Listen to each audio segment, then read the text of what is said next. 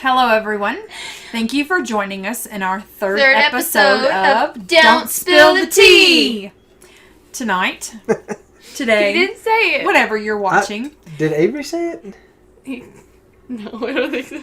It's y'all. I'm trying to do the intro Sorry. and you're talking in the middle of Sorry. it. We have to start over now. No, we don't. Yes, you do. Yes, we do. It has to be perfect.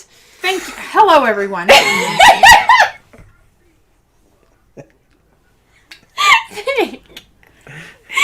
Okay. Be a nice human. That's the cup she needed tonight. Be a nice human. This is what I'm reminding myself of right now. Be a nice human. Be a nice human. Okay. Hello, everyone, and thank you for joining us in this third episode of Don't Spill the Tea. Joining us tonight, we have my husband, Jason. My dad.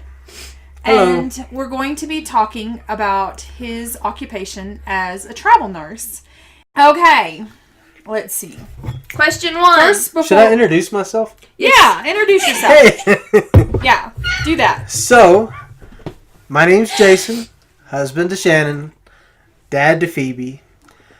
I am an LPN, a licensed practical nurse, which is the same as like a licensed vocational nurse in Texas and California. I've been a nurse for 14 years now. 14 years. And we have been traveling full time for 6.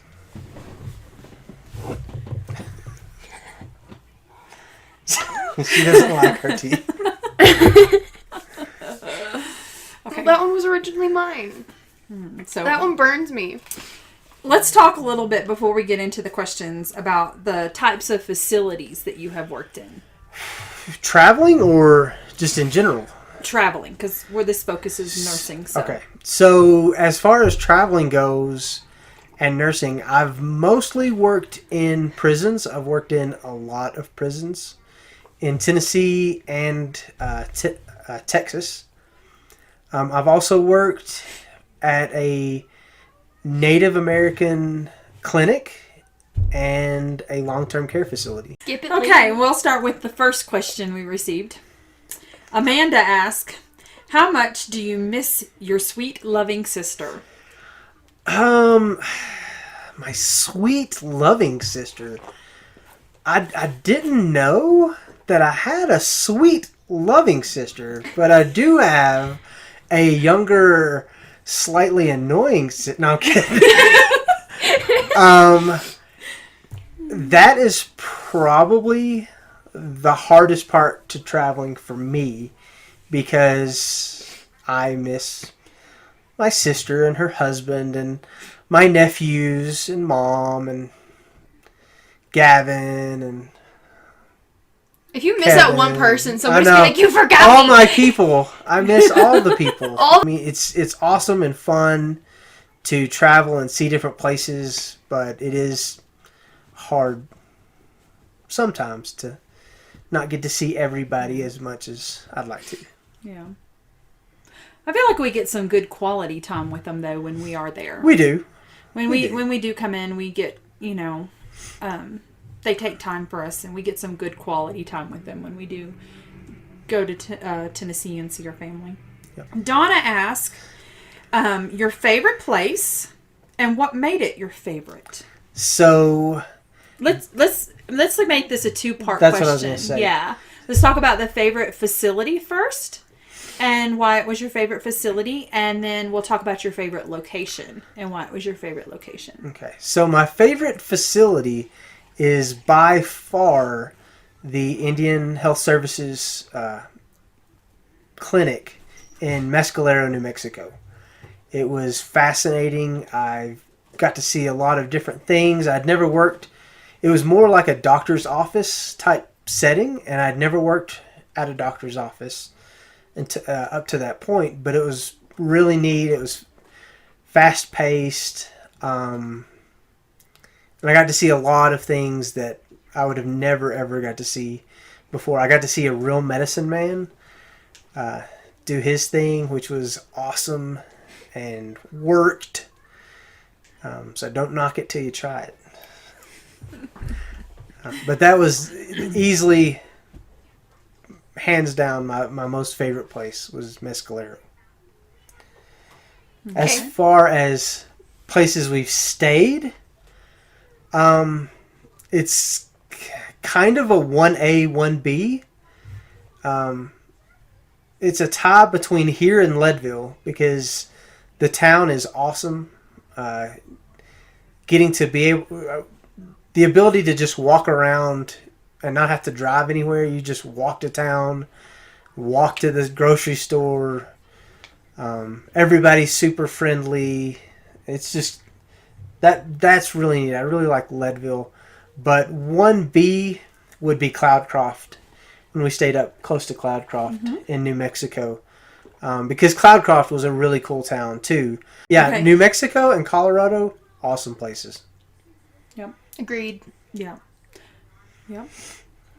Okay, Ashley said, or asks, do you find the pressure of balancing family and work more, less, same as a traveler than you did in your stick and bricks?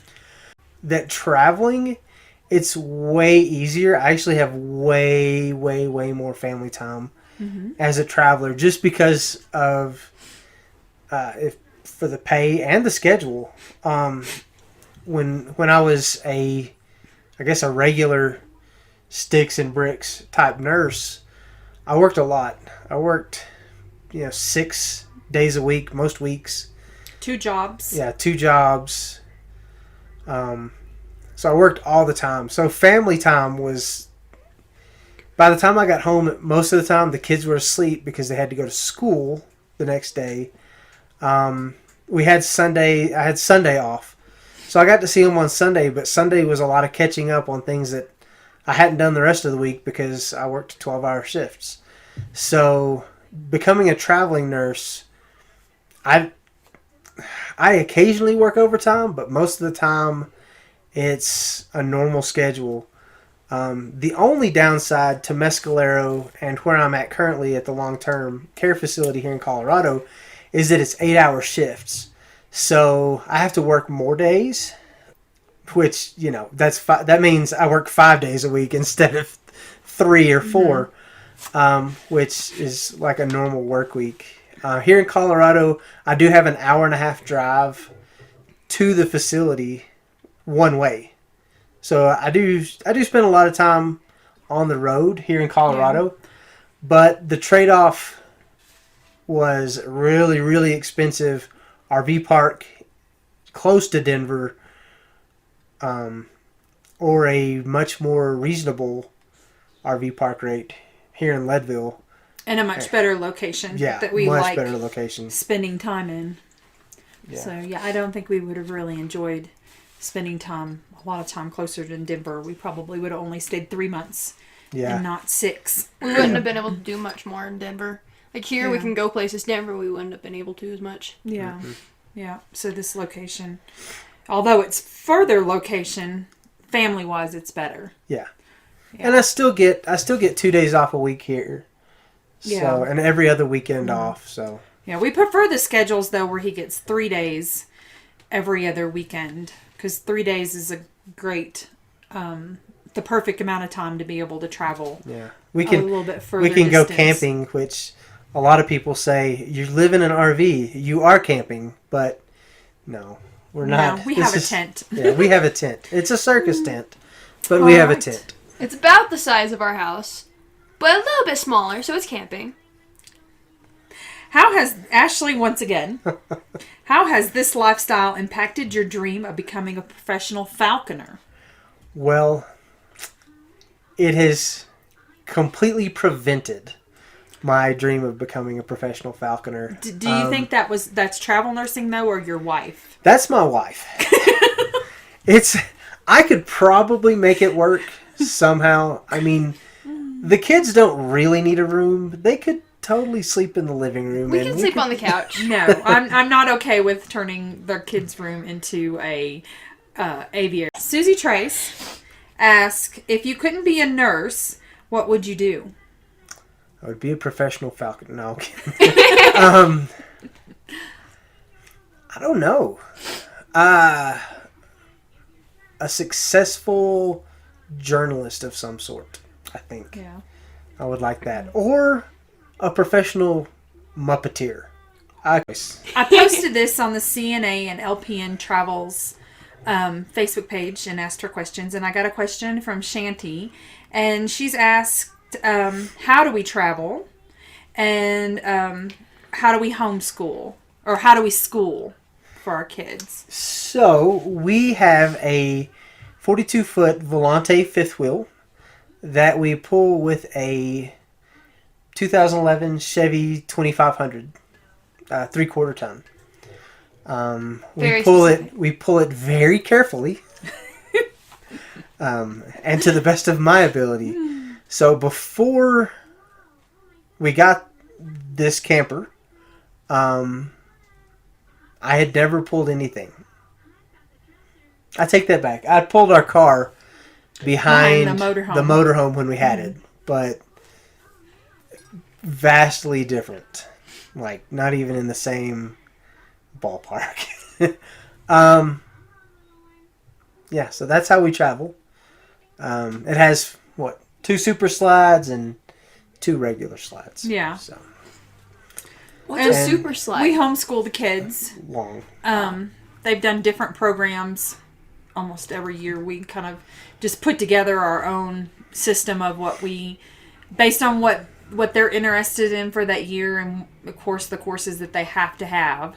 We just kind of pick and choose what we want and put our own stuff together. And because we're residents, our home state is Tennessee, we have to follow Tennessee laws, and we pay our taxes in Tennessee, and we follow Tennessee homeschool laws, and we kind of just make that our home state.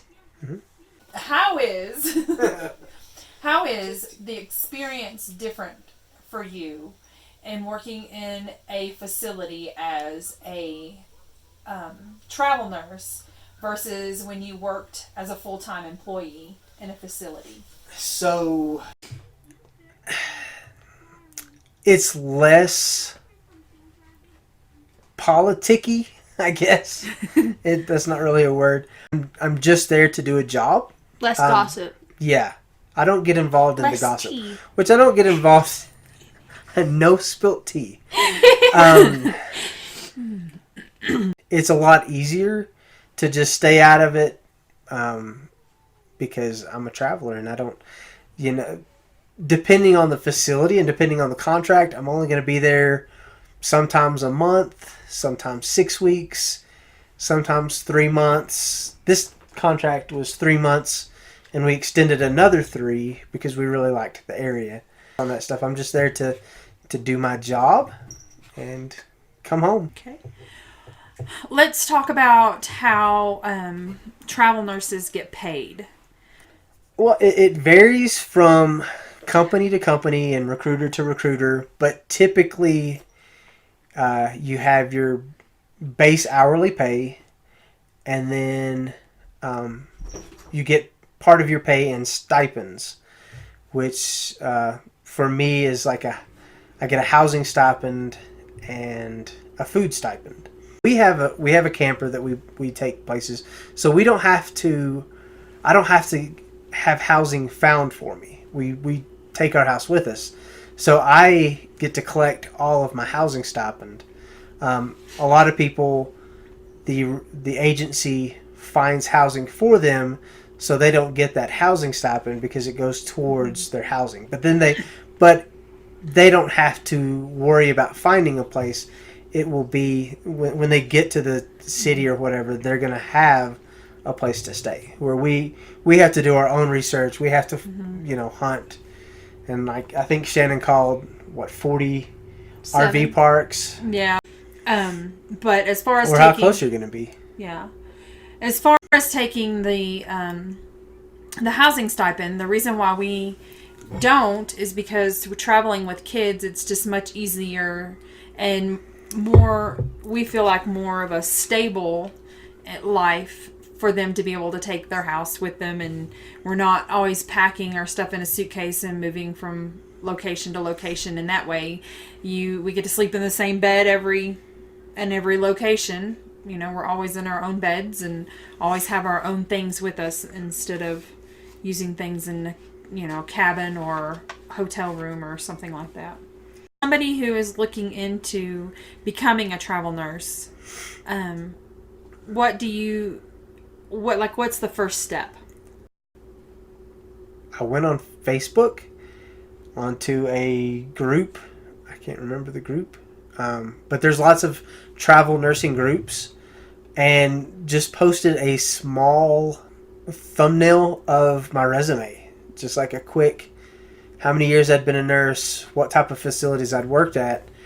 And within an hour, I had 3 people calling me, or 3 people like private messaging me to give me a call. I will say this, I had done a lot of work in prisons at that time, and I was told by one agency that I would never be able to become a travel nurse from working in a prison, that I should quit the prison. I needed to go get a job in a hospital or a long-term care facility, work in that for at least a year in order to become a travel nurse. That's false, because right after I talked to her, I talked to the next company, and they hired me immediately. And for them, so far, you've worked in... And I've worked for them for 6 years, and I have done a lot of prisons. Texas especially has a great need in their prison system for nurses, but through them, I've also worked on an Indian reservation and at a long-term care facility. I do think that people view correctional nursing as kind of, oh, you don't really do anything. I have seen more in prison nursing than anywhere. I've worked in hospitals, hospice, home care, long-term care facilities, you name it. I've pretty much worked there, and I've seen it all in prisons. For better or worse, you get a lot of experience nursing. Yeah. Mm-hmm. I know, and I've worked with some great nurses in prison.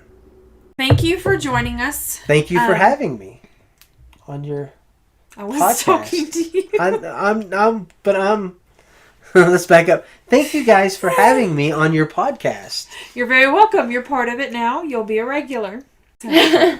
All right. Thank you guys for joining us, and we hope that you gain some information and knowledge about what it's like to be a travel nurse. So, first question was asked by Leanne. What challenges do you face in travel nursing that are different from the challenges when you are stationary? So, probably the biggest challenge with travel nursing a lot of the time is jumping into an unknown situation. A lot of the times you get not as much training on the systems or their policies as a regular staff employee does. In particular, one of the jobs that I had, I got to work on my first day, and it took me 2.5 hours to get computer access. So I wasn't being oriented. I showed up to work, so I was on a cart, and basically by the time I got computer access, I was 2.5 hours behind with my med pass and charting and all that fun stuff. So that's probably the most challenging part, just being expected to learn a lot of information in a very short amount of time. But personally for me, that's the part of it I enjoy. I enjoy the challenges of being thrown into a situation, having to learn it. Do you feel that you work much harder than permanent nurses at a given assignment? Not personally. I don't feel like I necessarily work harder than the other employees. You always have some people that you don't feel carry their end of the load And that's anywhere. I think that's probably with any job, not just nursing necessarily. So you always have that. But I guess I've worked at good facilities. And for the most part, everybody's been willing to help out and, show me the ropes. The job that I'm at now, one of the night shift nurses, when she came in, I was very intimidated because there was a lot of things that I didn't do, but it was like my second day and I just didn't know how to do them. But she was super nice, and when I told her that, hey, I didn't know that I was supposed to do those things, she jumped in and she's like, oh, well, let me show you how, so you can. Okay. David asks, for 2 future travel nurses, what advice do you give? Don't be afraid to ask questions if you don't know something, like how their policy goes or how to chart on their system. Be willing to accept those challenges, be ready to jump in and help out. And probably the biggest thing is just stick with it, because kind of the benefit of being a travel nurse is if the job is horrible and the people you work with are horrible, it's temporary. You're not a permanent employee. Whatever your contract is, anybody can do anything for 4 weeks, 6 weeks, 13 weeks. Just know that, hey, I don't have to be here after that, and you can move on. Also, how long have you been traveling, and how long do you plan to do it for? So, and actually a picture just popped up on Shannon's Facebook, I think today. We have been in the camper a camper, not a sticks and bricks home, for 6 years now. And we started traveling mid-November 6 years ago. So, 6 years on the road. And we will continue to travel until Shannon says to stop. She's the one in charge of it. Yeah. She's the one that says, hey, I want to go here. And that's where we go. Alright, well, thank you for all the questions.